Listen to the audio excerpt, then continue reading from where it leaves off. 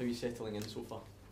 Yeah, good. Obviously I've been in since Monday and things have gone well this week. It's been all positive in training. We've tried to put a lot of team shape in this week. Some monotonous stuff and getting back to basics. I think we know we're conceding a lot of goals, but as a team of 11 we need to change that, not just as a back four. So we've been working on winning the ball back higher up the pitch and just putting in an organisation to make sure we're equipped to stay in the game. What is it about this club and this role that appealed to you? Well, obviously I had it sold to myself. I had a very good job with the Irish Football Association, with the seniors and the youth levels as well. But it's a real challenge. I think it's a real challenge. Senior football, it's a very good level. The club was sold to me by Stephen Craigan, who obviously has played here a long time and a legend at the club. But he sold it to me. It was a case of taking the opportunity. It was something to look forward to. Working with Ian so far, so good.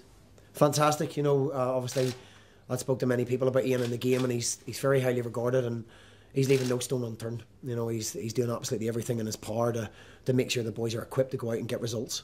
He's added more players to the club, which gives you a little bit more of a platform to work to. But I've been really, really impressed this week.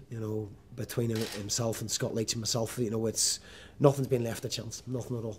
Coming in at this stage, I'd imagine the objective for you is simple, and that it's to help the team stay in the division. There's only one objective. We've got to stay up. We worry about next season and we look to build once we achieve that. But we start tomorrow, 13 games to go. There's no leeway. We don't want to get down to 4 and 5 games and still be in a predicament. It's time to stand up and being counted now. Have you ever been in this position before with a club? Yeah, numerous times, unfortunately. With Bournemouth, we stayed up in the last game of the season, which would have been bottom of the table all season. So that was a fantastic experience. I've experienced the other side of it as well, being relegated by Luton from the Championship, which doesn't go away. It hurts. It hurts as a player, and it probably hurts more as a manager, because you're not able to actually affect it on the pitch. So I know the contrast between the two feelings, and I know which we're pushing into the players. It's not something you want to go away with. As a coach coming in, how do you approach it? Because a lot of guys are maybe suffering a wee bit low in confidence. You're just coming in to try to establish authority. How do you go about that? Well, I think there is a lack of confidence that comes with results. And the only way you change that is putting performances in and nicking results and nicking points and starting to climb the table. But for me, hard work is a given. And the team working harder together, not as ones and twos, is the platform we need to take and get them to believe in what we're doing. And I think there's been a real positive response this week. How did you first meet the manager there? I think I heard that he just came and saw one of your sessions, was impressed. Did you spoke too much before that, or is that the first time you spoke to him? My connection with Ian would be through Tommy Johnson. Tommy was my assistant manager at under-21s with Northern Ireland.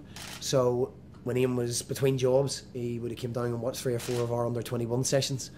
Being with Northern Ireland, we get organised to compete as a Northern Ireland team. We're organised, and we have to play from a really good base and shape. And obviously Ian liked what he'd seen. I've stayed in touch with him since in terms of players and staying in contact regarding football issues. So we've stayed in touch since that. Is it always something you want to do to move into club football, coaching wise? Yeah, the challenge of senior football was something that lured me. As I say, I had a very good job. I had some very good people that I worked with, and it was a big decision to come away from it.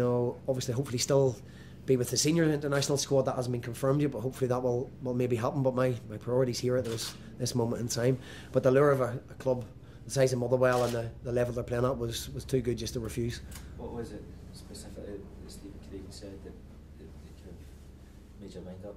Stephen was actually with me. We were in Iceland with one of the youth squads. So when the phone calls came in, he's the first person I turned to for advice, and it was an instant yes. He's obviously got a lot of affinity still to the club, and spoke so highly of it and the people involved in it. And the first thing I've noticed is a lot of good people. We haven't got the biggest staff in the world, but we've got people that are doing 3 and 4 jobs at a time and pulling together, and that's the only way to get out of the situation we're in. Is hard work and people pulling together. What do you think is key to a successful assistant manager? I think obviously just backing what the manager's doing. We've got the same philosophies. We're trying to put a platform to play from. We have to stop conceding goals. We have to start putting a shape together as an 11, as opposed to 1s and 2s and the back 4 getting the blame and things at this moment in time. As a team, we have to work harder and be more organised, and that's something we've tried to instill straight away.